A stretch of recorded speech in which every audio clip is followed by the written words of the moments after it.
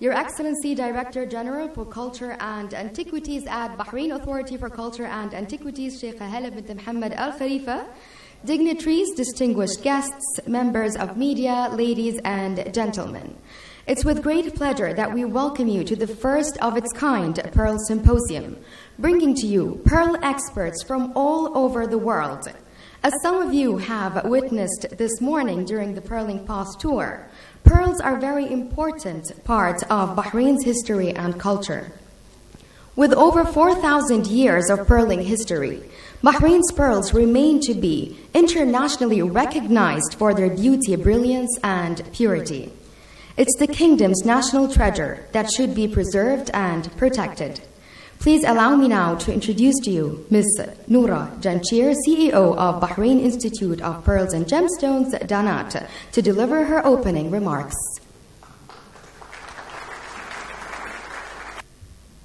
Dr. Mohammed bin Dana, Dr. Gaetano Cavalieri, Sheikha Hala Al Khalifa, DANAT's Board of Directors, ladies and gentlemen, dignitaries and special guests, I would like to welcome you to Bahrain's first International Pearl Symposium. On behalf of the Bahrain Institute for Pearls and Gemstones, DANAT, I would like to welcome all of our local and international guests attending the first International Pearl Symposium. It is a privilege and honor to welcome the world's leading experts in pearls to Bahrain, the world's home for natural pearls. Bahrain's historical prominence in the pearl industry is a journey that started hundreds of centuries ago. Today's venue choice is not a coincidence.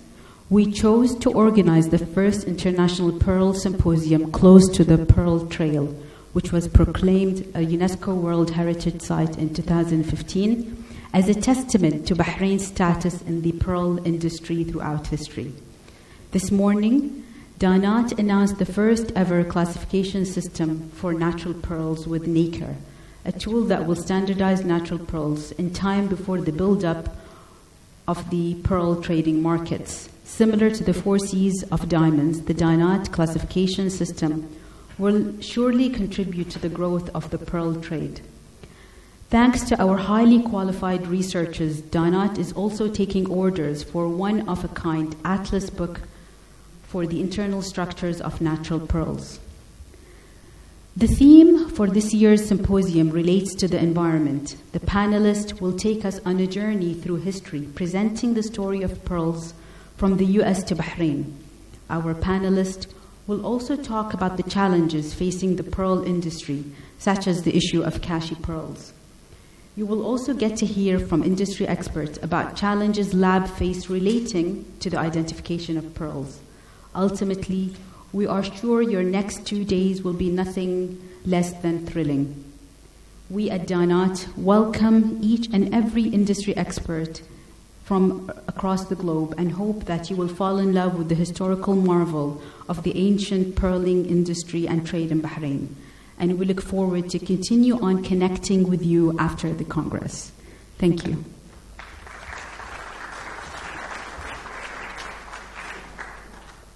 Thank you, Ms. Noora. Now allow me to welcome Dr. Gaetano Cavalieri, President of CIBJO, for his opening remarks. Thank you very much. Your Excellencies, fellow Presidents, the Board of Directors of DANAT, friends and colleagues, ladies and gentlemen. As many of you know, the opening of today's Pearl Symposium marks the beginning of a rolling 9-day jewelry industry festival here in Bahrain, starting with this conference, followed immediately by the CIBJO Congress, and closing with the Jewelry Arabia trade show. During the second event, especially the CIBJO Congress, you will hearing a great deal from me. So today I will try to be brief. The American humorist George Burns once said, "The secret of a good sermon is to have a good beginning and a good ending, and to have the two as close together as possible. I will do my best. It would be remiss of me not to begin by paying tribute to DANAT, which in so many respects is the reason that we all are here today. This, notwithstanding the fact that there is likely no other country with as long and as illustrious and purling history as Bahrain. Ken Scarrett, DANAT former CEO. Ken, where are you? Oh, there.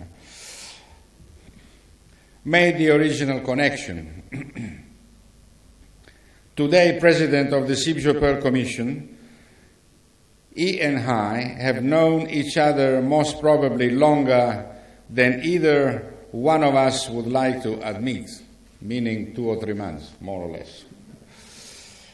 I had heard from him about how the Pearl and Gemstone Laboratory and Research Facility was being transformed here in Bahrain following the DANAT establishment, but I did not probably realize what was being created before visiting the Kingdom of Bahrain in April 2018.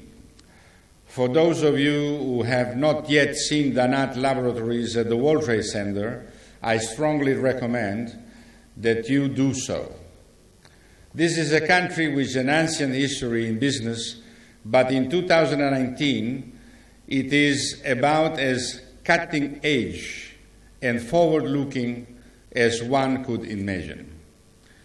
I met Yasser al-Sharifi when was here in April last year, and have had the privilege of getting to know him and hearing of his plans for DANAT and the Bahraini Pearl Center.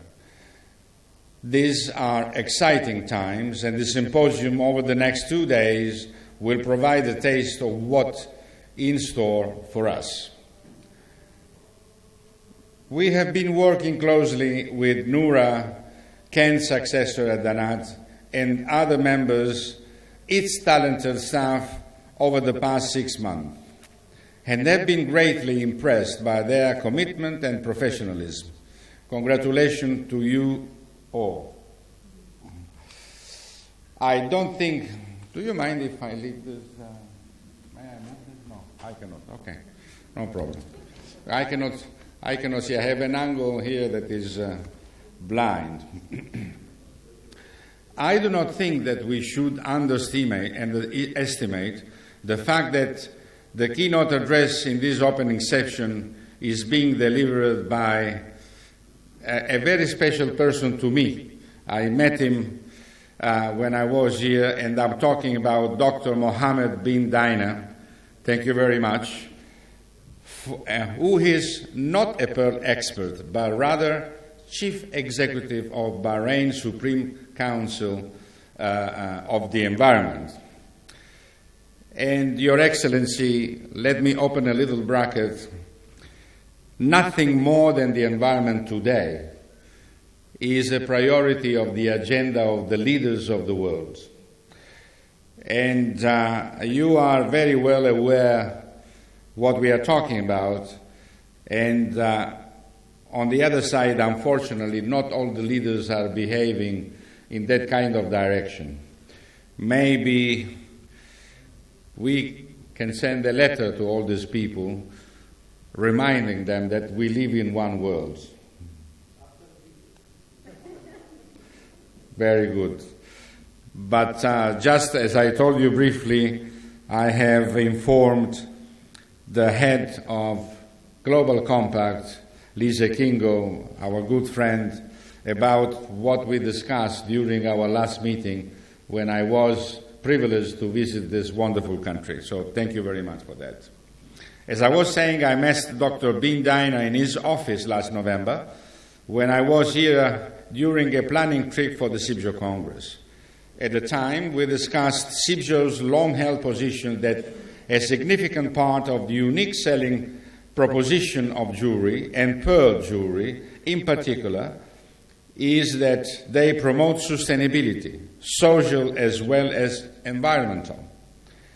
What we need to strive for is that when a consumer purchases an item of fine jewelry, they should feel that they are contributing in some way of the world in which we live. This morning during the press conference I was talking about the essence and how lucky we are to enjoy the miracle of nature, which is a natural pearl, and all the effects and sensation and feeling that are a natural pearl bringing with its soul and essence to the people that receive a natural pearl as a gift. And not only. 2 decades ago, the very idea that we would draw a connection between jewelry and social and environmental sustainability would have seemed ridiculous. But that is no longer the case. However, even today, for us to be able to make such a claim, we need to earn it.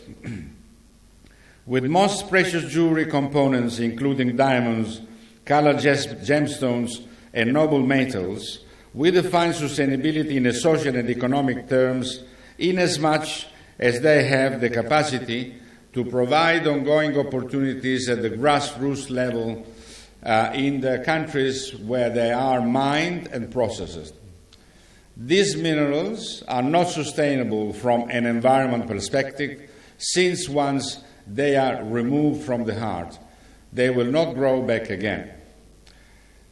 That's not to say that we are unconcerned about environmental issues and extractive industries, but where our approach has been to urge that companies do all that is necessary to mitigate any harmful effect to the environment, and then to restore the natural habitat once a mineral deposit has been depleted. But the situation is different in a marine environment, where biogenic materials such as pearls are conserved. Here, the same social and economic potential exists, but so does the ability to achieve environmental sustainability. Indeed, as we point out, in the pearl industry, not only environmental sustainability achievable from a management perspective, it is also a desirable objective from a business perspective.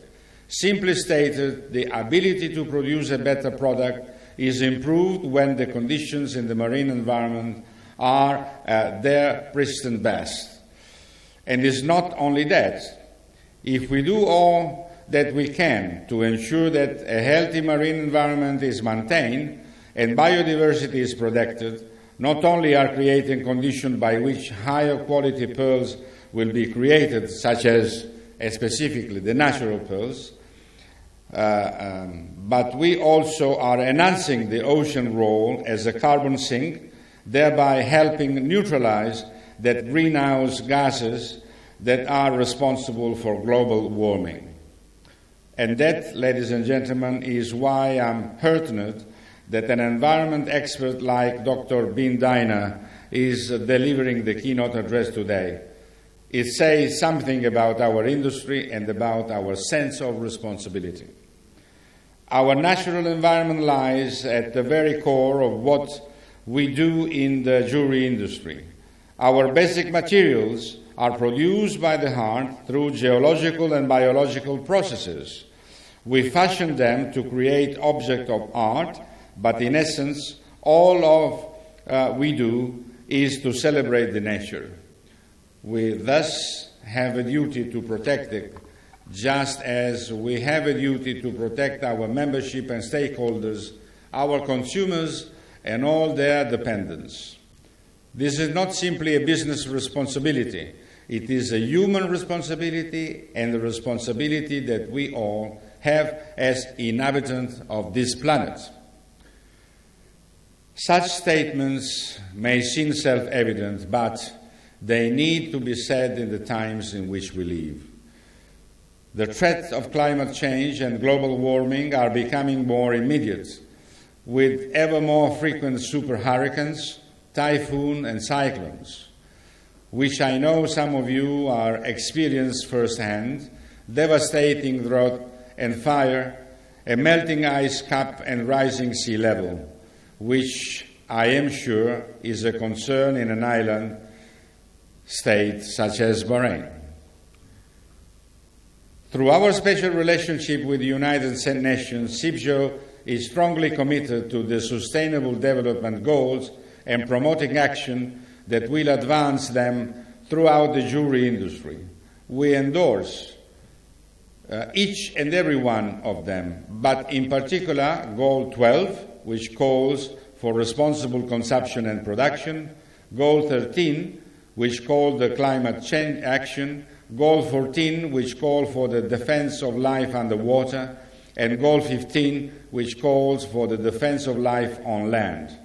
They all are interconnected. Our promotion of the Sustainable Development Goals is not just aspirational. We are taking action as well.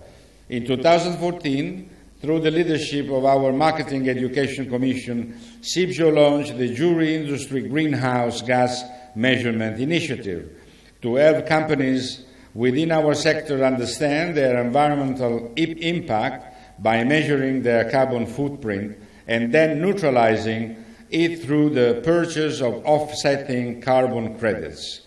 This year, CIBJO Congress, like every one before it since 2015, will be carbon neutral. Of critical importance is the pursuit of knowledge so that we may better understand the delicate balance between the health of a biosphere and actions that we take as an industry. We have to get this right. This is why this Pearl Symposium is so important, and why are delighted that environmental issues are taken so prominent and a part on its agenda. I wish you 2 very productive days of learning and discussion, and hope to have all of you during the CIBJO Congress, for which pre-Congress meetings started the 4th season on November 16, and the Congress itself officially begin on November 18. Ladies and gentlemen, thank you very much for your attention.